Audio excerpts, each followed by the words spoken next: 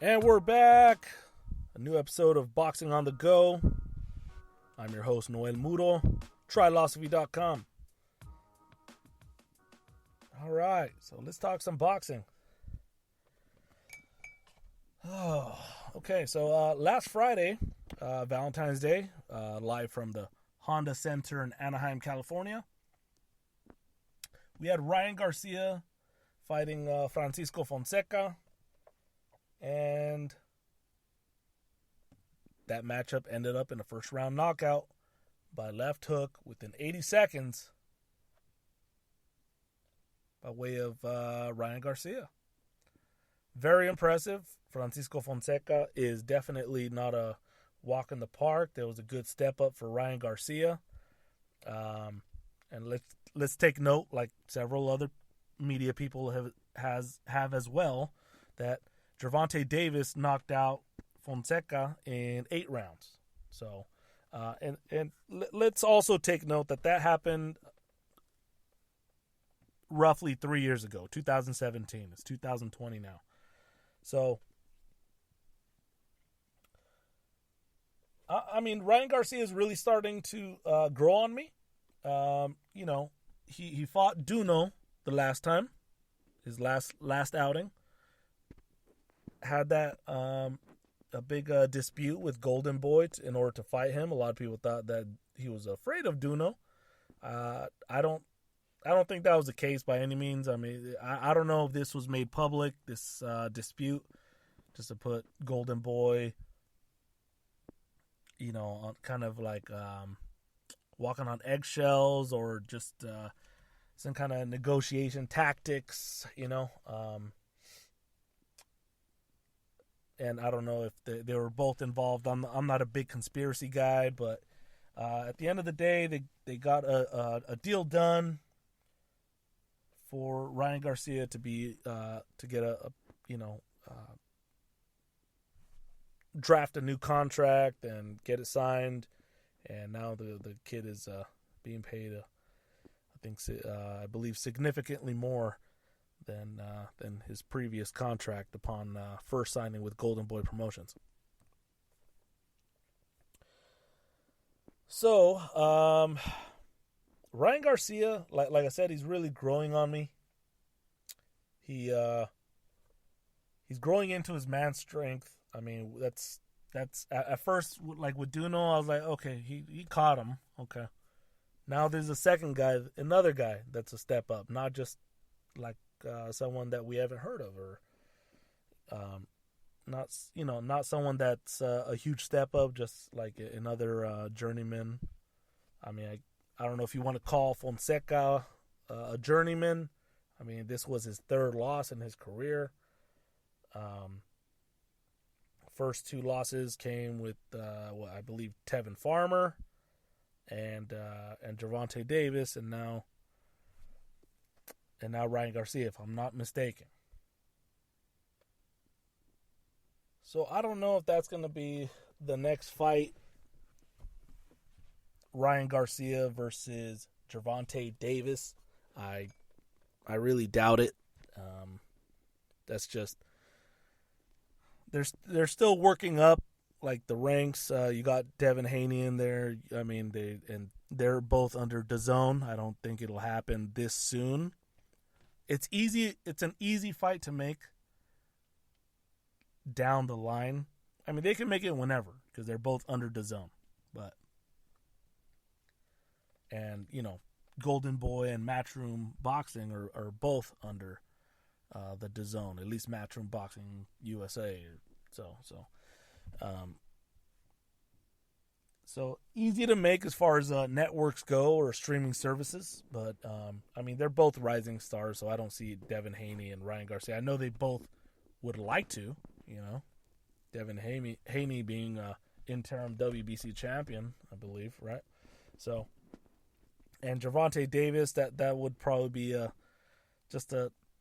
that would be a harder fight to make, because, I mean, he's still growing in his own. I mean, he's becoming a pretty big star himself. Can definitely, attract a lot of people to his fights. I mean, he's getting big over there, like on the East Coast, or I mean, he's from Baltimore. That video the other day of him assaulting, his baby mama, that doesn't help him. But I don't think he's gonna lose a lot of followers on that. It wasn't cool what happened by any means, but I mean that shit happened. Now he has, he's gotten arrested. He's been charged with. It seems like he's been charged with it's kind of domestic issues, and I don't know. We'll see what happens with Gervonta Davis. This is not a league, so you can't really be suspended from boxing. So, and that's just how the sport works until we get some kind of a higher commissioner that controls, or a commission, that can put out suspensions or anything like that, and kind of work with all the sanctioning bodies or create a league. I don't know what the answer is for any of these things that happen, but it is what it is. Well, in other news, we have Saul Canelo Alvarez still looking for an opponent.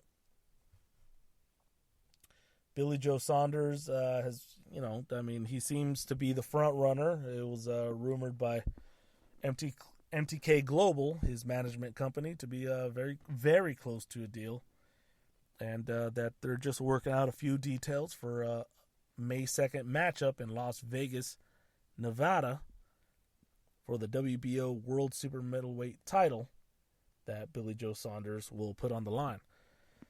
A lot of people, they shit on this fight. I really like it. Billy Joe Saunders is an excellent boxer, very great defended-minded boxer, very fast. He moved up to 168. Okay, you got Daniel Jacobs up there, 168. Canelo already, he already took care of that Daniel Jacobs fight. Maybe if he gets a title at 168, you might have a rematch down the line.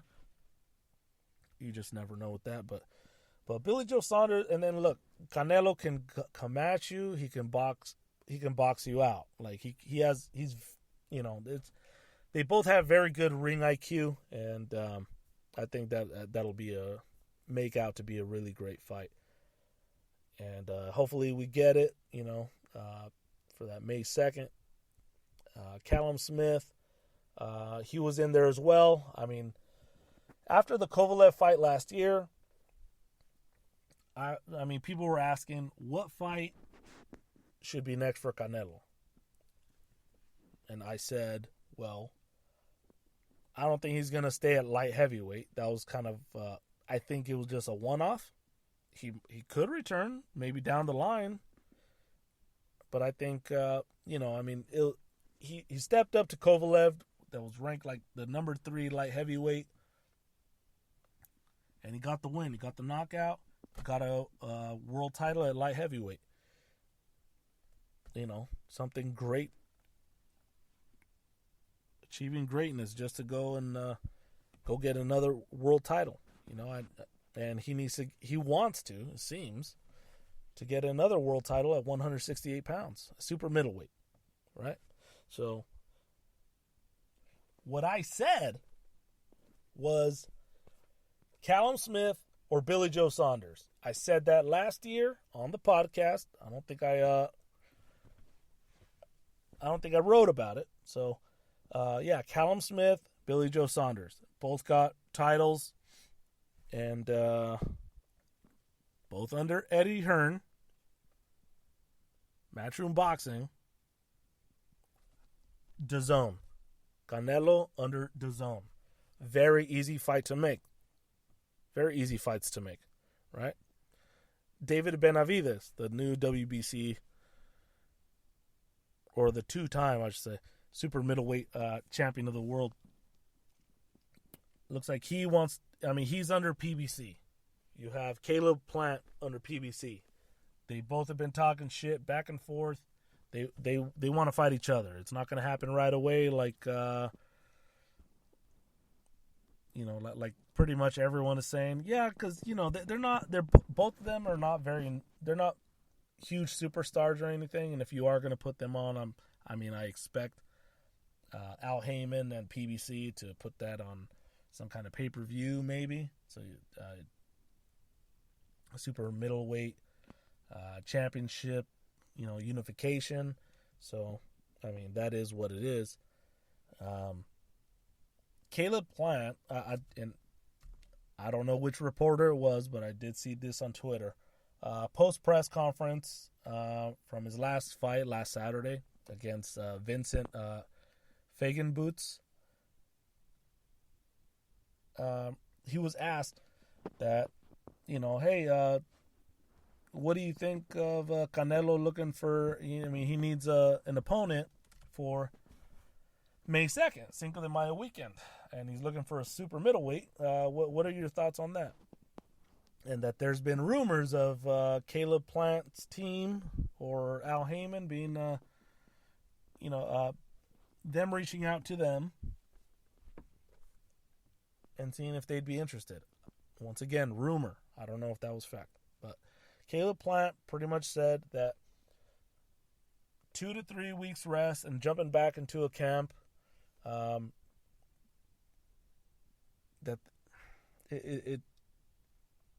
that'd be pretty difficult.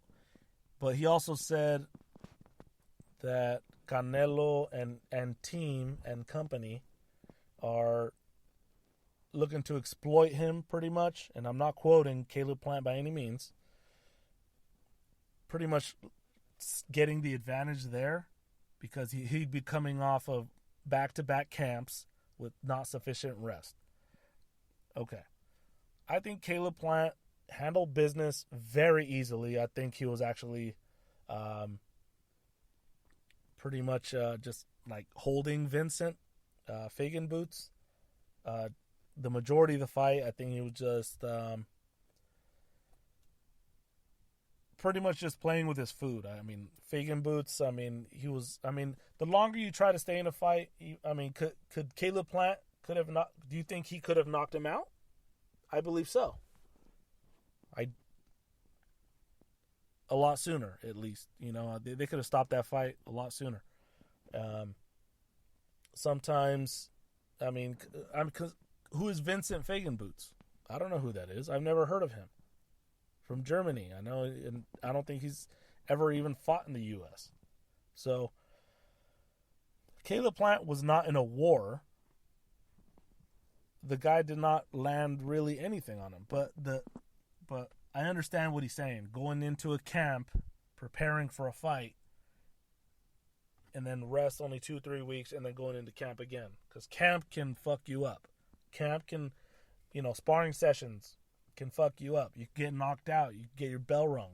Sometimes these things can happen in sparring. And, you're just putting your body through just making weight. A lot of different things could be happening in camp. So I understand that. So, and Caleb Plant and David Benavidez, they're going to face each other pretty soon, probably, I would say next year, but, it could be the end of this year. You never know. But we'll see. So we have now, this Saturday, Wilder versus Fury 2. Live from the MGM Grand Arena in Las Vegas, Nevada for the WBC World Heavyweight Championship title. And the lineal heavyweight title, no, that's not really, at least for Tyson Fury it is. So, yeah, man, I'm so pumped. I'm so excited for that fight. That's going to be a good one. Absolutely. The first fight was so good. I believe that Tyson Fury won that fight just by the amount of points. He had the majority of the rounds, I believe. But I also wasn't mad at a draw. So, That's so I mean, yeah, definitely this is top 3 heavyweight boxing like champions. Like this is like top 3 right here. It's like Deontay Wilder. Well, let's just talk like Deontay Wilder, Tyson Fury, Anthony Joshua, and then I would put Andy Ruiz at number 4, right? I would. But that's me. So, if you saw the press conference, the final press conference, these guys were getting at each other's throats. I mean, it's the promotion, and yeah, like they were kind of saying the trainers and the people heading the show. Emotions are high, and I mean these guys have been in camp. I mean they're ready to get it on again. They're ready to get up in that ring and start throwing punches. Tyson Fury, it looks like he's saying that he'll be around 270 pounds, which I believe is 15 pounds more than the first fight from what they were stating on the broadcast, at least, right? Which that broadcast had a lot of issues in the beginning. You had like if you're listening by headphones, you're right. At least my right headphone was that was beeping. This was the YouTube stream from ESPN. Okay, I believe it was ESPN Top Rank. I don't know if they had I don't believe they had 2 different ones. It was the same one. So at least on the YouTube channel, I mean the comments, I mean the chat, everyone was going bonkers, saying beeping, fix this. But eventually they fixed it, but I don't know, on their breaks they were rehearsing, like I don't know, they could have kind of just paused that as well, but I don't know, maybe they didn't want to do that for a YouTube stream. I don't think I've seen that where they're rehearsing and kind of getting ready and while they're waiting for a commercial on live TV. But anyways, Fury said he's coming in about 270 pounds, 15 pounds more than the first fight, like I just said. And he's vowing to be more aggressive and impose his will and his weight on Deontay Wilder. Wilder's weighing in, he's saying about around like 220s to 230 going into the fight. The first fight, he went in weighing staggering 214 pounds. For a heavyweight fighter, that's barely heavyweight. But Wilder, with that devastating punch, he could knock out anybody. So I mean, he's in there. He's light. He's got that punch, and he's healthy, he doesn't have to put on weight. But I mean, looks like he's going to be going up a little bit. He'll be weighing a little more. It's not too drastic, of any kind of weight cutting by any means. So yeah, as far as I predict a fight like the first one, I don't think I think Tyson Fury will be a little bit more aggressive, but I think he'll still be boxing out, absolutely. I say this just because if he stands in front of Wilder too long, he could just get punched and get knocked out. You can't stay in front of that guy too long, because as we saw with Deontay Wilder versus Luis Ortiz Part 2, he was a lot more patient. He was losing the rounds.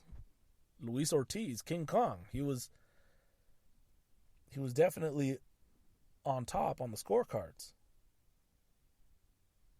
And what happened? You just saw Deontay Wilder going slow, just waiting to strike. And pop! Forehead. Knockout. That's it. So yeah, that's what that is. So, And it looks like other news and notes. We have looks like rumors of Andy Ruiz and Luis Ortiz, King Kong, versus the Destroyer. Looks like that they're both under PBC, under the advisement of Al Heyman, it seems, or at least King Kong is. He's under PBC. I don't know if he's exclusive there, but that's both these guys have, started fighting, or at least Andy Ruiz fought his last two fights on DAZN, but still an Al Heyman PBC fighter, right? So this would be an interesting fight if Ruiz takes care of business here. I mean, he's fighting still a boogeyman. No one still wants to fight Luis Ortiz, right? I mean, and all props to Deontay Wilder for giving him that fight, that opportunity, even twice. Twice he fought the boogeyman that most champions, no one wanted to fight Luis Ortiz coming up. So props to Deontay Wilder for that. I cannot wait for this Saturday for the Deontay Wilder versus Tyson Fury sequel. This is going to be awesome. I mean, I expect this pay-per-view to go way... I believe this is going to probably sell, for sure, I think over 1 million pay-per-views. This is going to be really good. So, I mean, this is going to be good. It's going to be very exciting. I'm not too up on the undercard, but we'll see what happens. Guys, go to trilosophy.com. You can follow me, Noel Muro. All right, you can follow me at Trilosophy on Instagram or on Twitter at Moruso71, MORUSO71 on Twitter. All right, see you later.